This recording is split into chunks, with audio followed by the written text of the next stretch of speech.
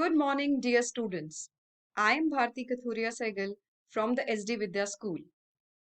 We are doing the chapter Reproductive Health. So let's continue with the chapter. Today, we are going to do the two topics MTPs and STDs. MTPs called as the medical termination of pregnancy and STDs stand for sexually transmitted diseases. Let's start with MTPs first.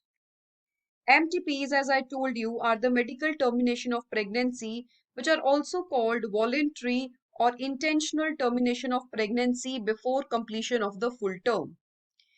MTP or induced abortion was legalized by Government of India in 1971 under strict conditions to avoid misuse.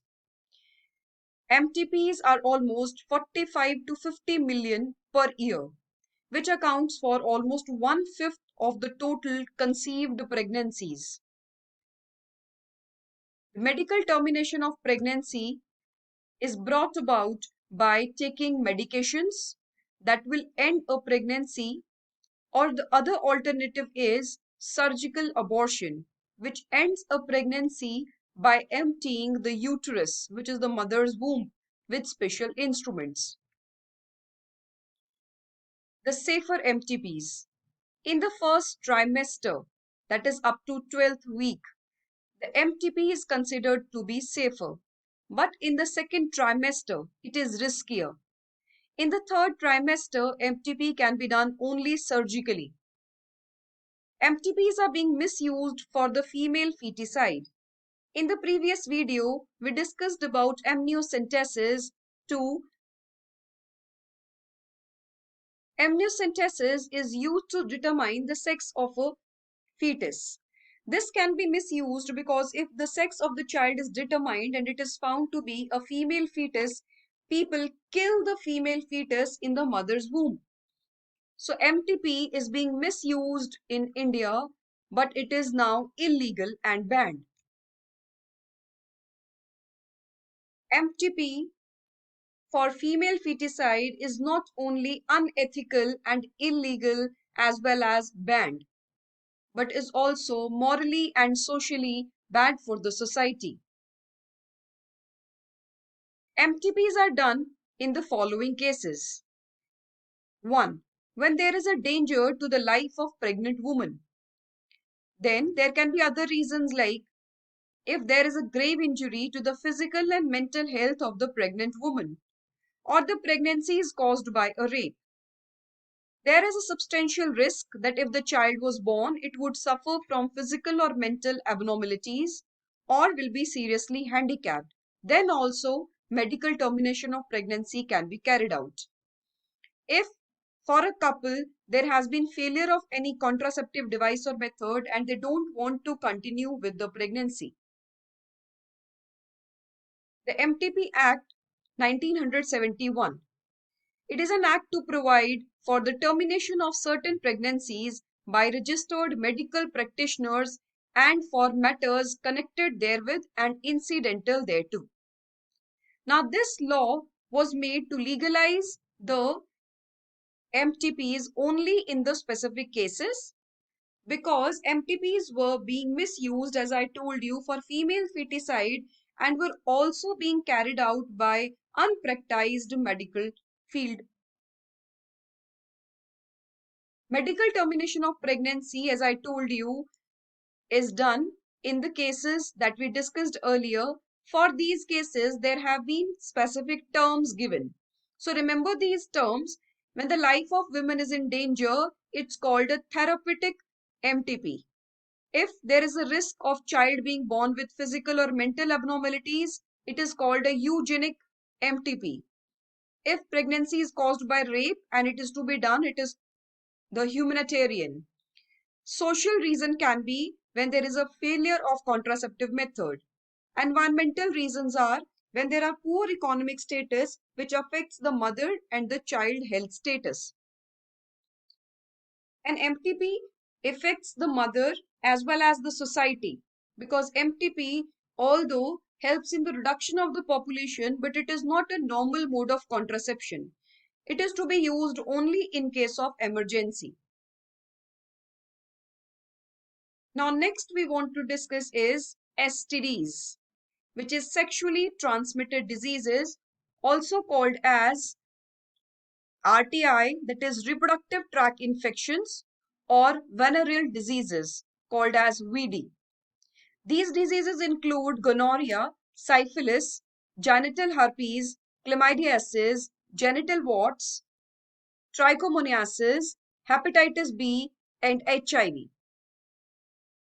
The risk factors of sexually transmitted diseases: by increased number of partners. So if a person has multiple partners, or we call as heterosexual, then there are more chances of STDs. The inconsistent use of condoms. As we discussed, condoms are one of the important factors which can help in prevention of sexually transmitted diseases. So if a person is not using condoms or the other barrier methods, STDs can be transmitted. Some STDs are also transmitted by the skin-to-skin contact. So if there are any breaks in the skin, that can also help in the transfer of STDs. The STD's transmission also depends upon the partner's infection severity. So if the partner has high factor or high risk of having STDs, then and high viral load, then you are at higher risk of having STD. Now, STDs are being transmitted through the viruses like HIV, which is human immunodeficiency virus, human papilloma virus, mycoplasma. Bacterial STDs include syphilis, gonorrhea. Then there is chlamydiasis and viral HSV. Now let's discuss some of the common STDs. Chlamydia causes chlamydiasis, which is a bacterial disease. Gonorrhea and syphilis are also bacterial diseases. Trichomoniasis is a protozoan STD. HSV, herpes simplex virus, and HPV, human papilloma virus, as well as HIV are the viral STDs. Most of them can be cured if detected in the early stages, like chlamydia, gonorrhea, syphilis, trichomoniasis can be cured. But HSV, HPV, and HIV, if undetected, can lead to serious implications. The transmission in case of chlamydiasis, gonorrhea, and trichomoniasis is through the body fluids. While in the case of syphilis, HSV, and HPV, the diseases generally spread from skin to skin transmission. Now let's discuss the symptoms and the long-term effects of STDs. Chlamydia generally causes a discharge from the genital areas. Similar is the case in gonorrhea and trichomoniasis. HSV causes painful skin lesions.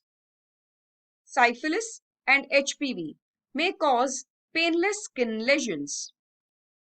Chlamydia, gonorrhea, trichomoniasis, and HPV may have no clear symptoms.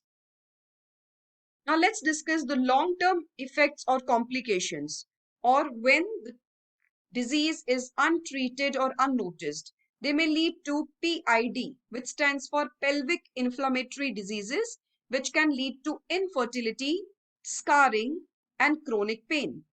Gonorrhea can also lead to PID. Syphilis can lead to paralysis, personality changes, blindness, damage to joints. Trichomoniasis can lead to mild to severe inflammation. HSV leads to recurring symptoms.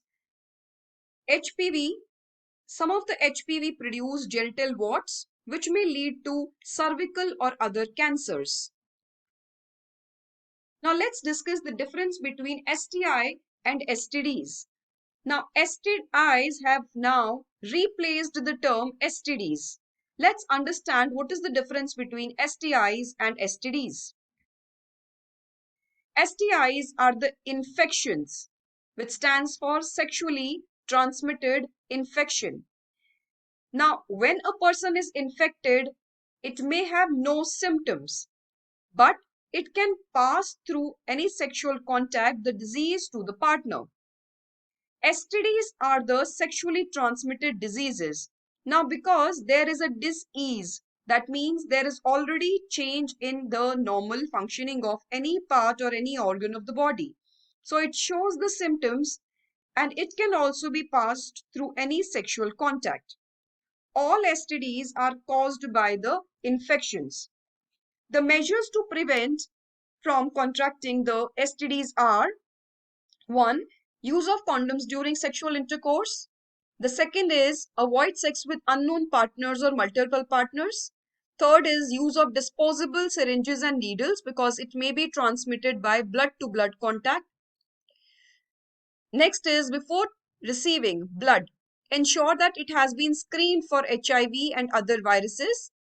In case of doubt, we should always consult qualified doctor for proper treatment. That's all for today, dear students. Thank you. God bless you.